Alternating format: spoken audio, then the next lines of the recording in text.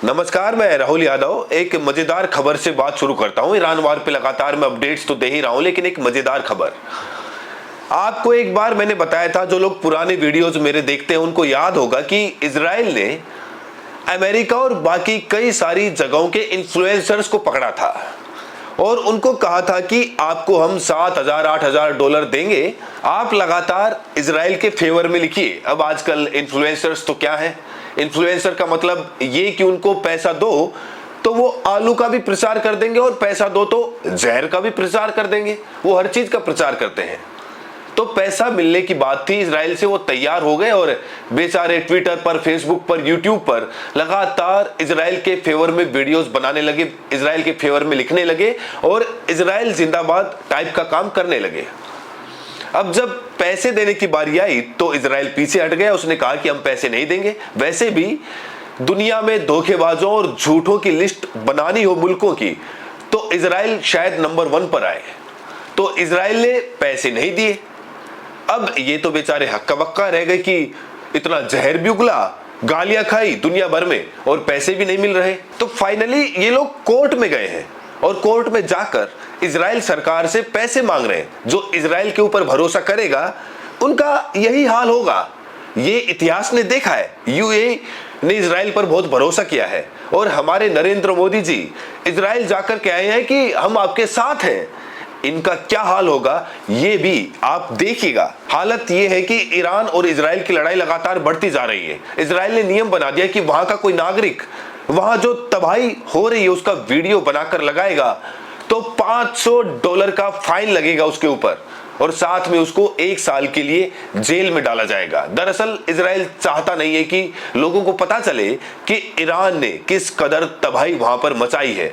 हमारे एक जर्मनी की पत्रकार है, उन्होंने बताया कि जो पत्रकार गए हुए हैं उनसे ये कहा जा रहा है कि आप केवल जहां सिविलियन इलाकों में हमला हुआ है, जहां जनता रहती है, आम आदमी रहते हैं, शहरी रहते हैं, वहां जो हमला हुआ है सिर्फ उसको दिखा सकते हैं। उसके अलावा आप कोई हमला नहीं दिखा सकते हैं। इजराइल की जो तमाम एजेंसीज के ऊपर बम गिरे हैं, इसीलिए उनके वीडियोज बाहर नहीं आ पा रहे हैं। अब ये रेजिडेंशियल इलाकों का हमला क्यों दिखा रहे हैं?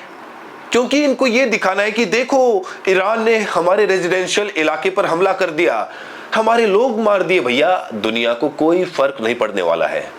दुनिया अच्छी तरह से जानती है कि गजा के अंदर तुमने क्या किया था। दुनिया अच्छी तरह से जानती है कि ईरान में जो पहला हमला हुआ वो स्कूली बच्चियों के ऊपर हुआ, जिसमें 100 से ज्यादा बच्चियों को मार डाला गया। दुनिया जानती है कि गजा में हिंद रजा की देह में जो 6 साल की बच्ची थी उसकी देह में सैकड़ों गोलियां तुम लोगों ने उतार दी थी। दुनिया जानती है कि तुम बच्चों के हत्यारे हो। दुनिया जानती है कि तुम आम शहरियों के हत्यारे हो। इसलिए अगर तुम्हारे रेजिडेंशियल इलाकों पर बम गिर भी रहा है, दुनिया में कोई उफ नहीं करेगा। बहुत सारे लोग तो खुश होंगे।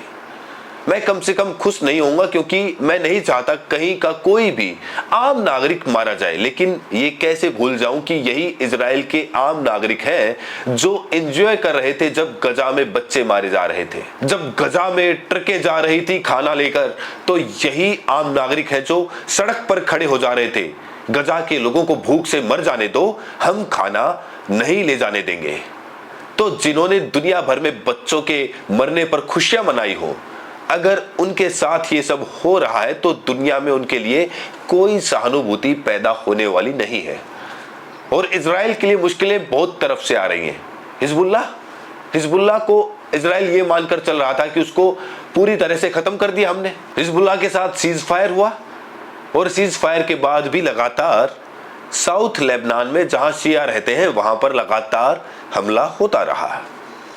बार बार हिजबुल्लाह कहता रहा कि ये हमले रोको वरना जंग फिर से शुरू हो जाएगी। लेकिन इजराइल तो अपने गुरूर में था कि लेबनान की सरकार को उसने खरीद लिया है। लेबनान की सरकार तो हिजबुल्लाह से ही हथियार छीनने में लगी हुई थी और इसको लग रहा था कि पेजर बम चला के हमने हिजबुल्लाह को खत्म कर दिया है, अब वो हमारा मुकाबला क्या कर पाएंगे। तो मैं आपको बताऊं कि इजराइल ने एक एडवाइजरी जारी की साउथ लेबनान के लोगों के लिए कि आप अपना इलाका खाली करके चले जाइए, हम वहां बमबारी करने वाले हैं।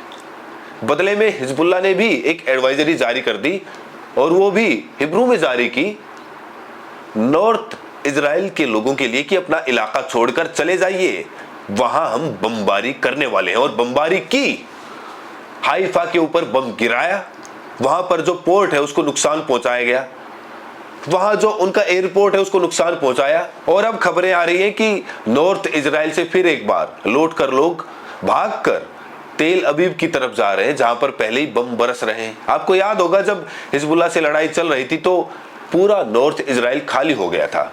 एक बार दोबारा से वही मंजर देखने को मिलेगा अगर लड़ाई तेज होगी। अब टीवी चैनलों पर यह बहस चल रही है कि हिजबुल्लाह को तो हमने खत्म कर दिया था, उसके पास इतनी लॉन्ग रेंज की मिसाइलें कैसे आ गई कि हाइफा पर हमला हो रहा है और मिसाइलें सीधे तेल अवीव पहुंच रही है। और ईरान ने तो पूरी तरह से उलझा कर रखा है, हूथी को रोक कर रखा है। हूथी ने कहा है कि हमारी उंगलियां जो है वो ट्रिगर पर हैं, जरा सा इधर उधर हुआ और हम भी बमबारी करना शुरू कर देंगे, हम भी लाल सागर को पूरी तरह से रोक देंगे। स्ट्रेट ऑफ फॉर्मोज तो पहले से ही बंद है, रेड सी को रोक देंगे, यहां से तो कोई जहाज नहीं जा पाएगा। तो बचा के रखा हुआ है कि अगर सऊदी अरेबिया यूएई कोई बदमाशी करे तो हूथी की तरफ से हमले शुरू हो जाए और रेड सी को ब्लॉक कर दिया जाए।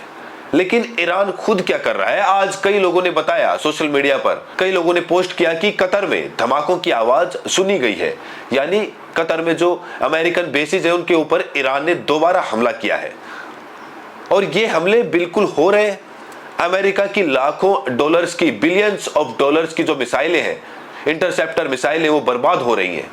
ईरान के 15, 20, 50 हजार के ड्रोन को रोकने के लिए करोड़ों अरबों की मिसाइलें छोड़ी जा रही हैं और वो नहीं रोक पा रही है। ईरान अपना खेल बहुत कायदे से खेल रहा है। एक तरफ तो एयर बेसिस को लगातार नुकसान पहुंचा रहा है, दूसरी तरफ अमेरिका और इजराइल की जो बेहद महंगी पैट्रियट और थार और आयरन डोम, इन सब की जो मिसाइलें, इंटरसेप्टर्स मिसाइलें हैं, इनको लगातार तबाह होते हुए देख रहा है, ये लगातार खत्म हो रही है। एक बार ये मिसाइलें और कायदे से खत्म हो जाएंगी तब ईरान अपना असली असला निकालेगा। अभी तो पुरानी और सस्ती मिसाइलें यूज हो रही हैं, अभी तो पुरानी और सस्ती मिसाइलें यूज हो रही हैं, अभी तो पुराने और सस्ते ड्रोन यूज हो रहे हैं। असली वाले ड्रोन तो ईरान ने बहुत कायदे से संभाल कर रखे हुए हैं। और जैसे जैसे अमेरिका और इजराइल का डिफेंस कमजोर होता जाएगा, वैसे वैसे हमले बढ़ाता जाएगा ईरान। ट्रंप क्या कर रहा है उसके खुद समझ में नहीं आ रहा है। ट्रंप ने कहा कि हम वहां जमीन पर अपने सैनिकों को उतारेंगे, यानी अमेरिका के सैनिक जमीन पर उतरेंगे और ईरान से लड़ाई लड़ेंगे। मैं आपको बताऊं, और अली जागीदारी साहब ने कहा भी है और मैं अपनी तरफ से भी आपको बता रहा हूं कि ईरान में अगर अमेरिका के सैनिक उतरेंगे तो आएंगे तो वो अपने पैरों पर जाएंगे, अपने ताबूतों में। अफगानिस्तान के पास तो कुछ नहीं था, अनपढ़ लड़ाके थे जो कंधे पर रखकर लॉन्चर चलाते थे, 5,000 रुपए का रॉकेट चलाते थे और उनसे डर के भागना पड़ा अमेरिका के सैनिकों को। अमेरिका को अफगानिस्तान खाली करना पड़ा। तो ये तो ईरान है, साइज में भी उसके कई गुना है, टेक्नोलॉजी में उसके कई गुना है और चाइना और रशिया का सपोर्ट है। और अभी तो जंग शुरू हुई है, ये जंग लंबी चलने वाली है।